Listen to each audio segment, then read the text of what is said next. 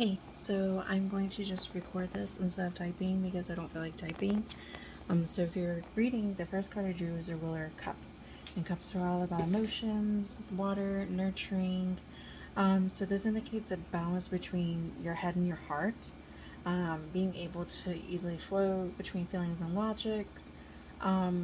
It signifies a great leader. You inspire people with your presence. People are drawn to you.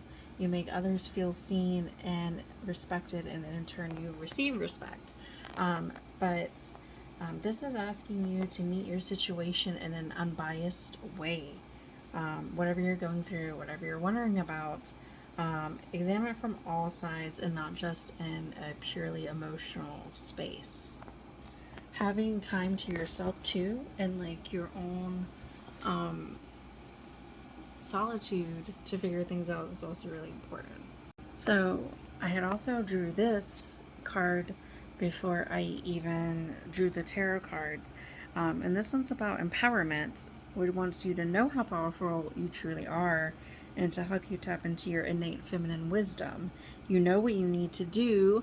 It's time to honor yourself, stop hiding, and stand in your own magnificent light with your head held high. Give yourself permission to connect with your heart and lead the way. So you have this ability to differ between your head and your heart and lead with both and find that balance. But you're in a point right now where you're doubting yourself, and you're not giving permission to your intuition and the things you know. You know what you know, and you know what you need to do, but you're not listening to that. So the next card is the High Sage in reverse. So this card kind of signifies, it's the Strength card, but it's signifying that you may be feeling overwhelmed and incapable of getting through whatever you're going through. And you have all this power, but you're just not seeing it. You're not you're not tapping into it. You're just full of self-doubt, and past experiences and things people have said are like controlling your ego and the way you believe about yourself. And so it's asking you to ground and center yourself and find that solitude, like I said, and empower yourself.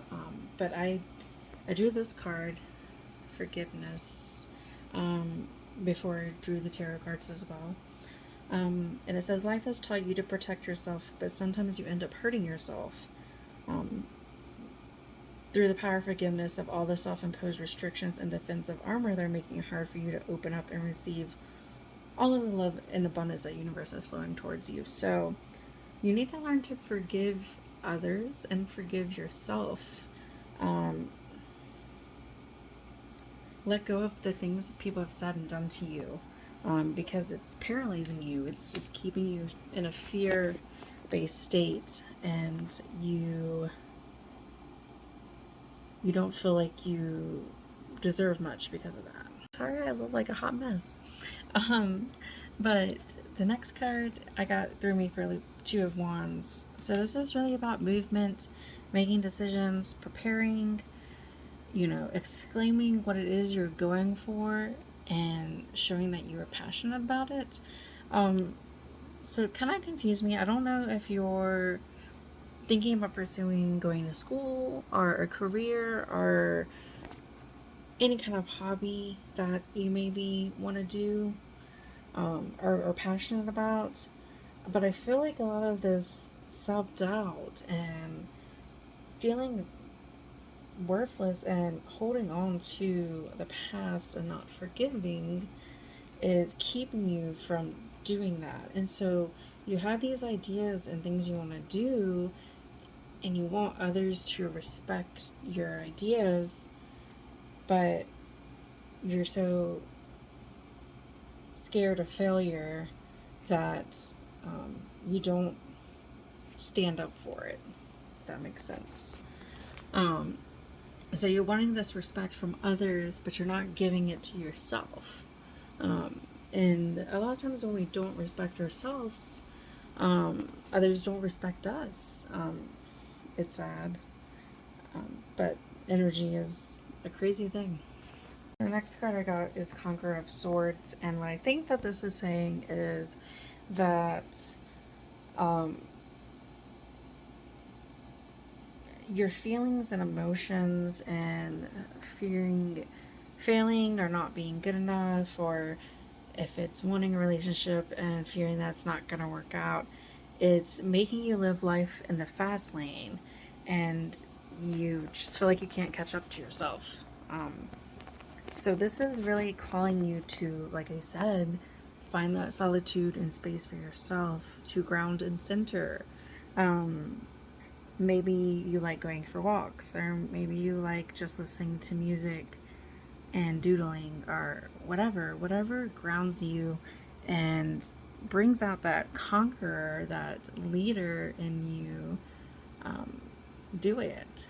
So this is a card of saying that you are living too fast paced. You're not stopping to smell the roses. You're not stopping to reflect on the things that have happened.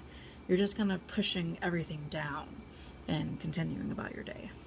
So at the end, I also picked a crystal out of a pile of a few. This is obsidian. So this is a root chakra stone for grounding, finding truth, finding yourself. It keeps you tethered to the here and now and not get lost in the fast lane or in outer space or in thinking about the past or the future. Just focusing on the here and now. Obsidian. So the last card I drew is the Eight of Coins, and this really tied everything together for me, um, and made me happy because Eight of Coins signifies achievement and diligent work, and I like the way the guidebook puts it, so I'm going to read that. So it signals a period of intense work. This may feel soul crushing, or you may have managed to find a flow with it. Either way, it's absolutely necessary to keep going. This period is temporary, but in any pursuit, hours of diligent work is vital. Ease is attainable, but doesn't happen to the exclusion of work. Um,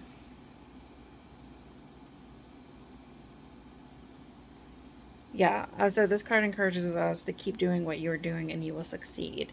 So this is like the finale. Like, you have these ambitions and things you want out of life, but your own fear and feelings towards yourself are like holding you back and keeping you from loving and respecting yourself. And in turn, sometimes others don't give that back to you, but it's a long process and it requires a lot of self-work, grounding, finding yourself, letting go of the past and forgiving to get to that final outcome where you are weaving your future, success. The world's in your hands. So if you wanted to hear something pertaining to love,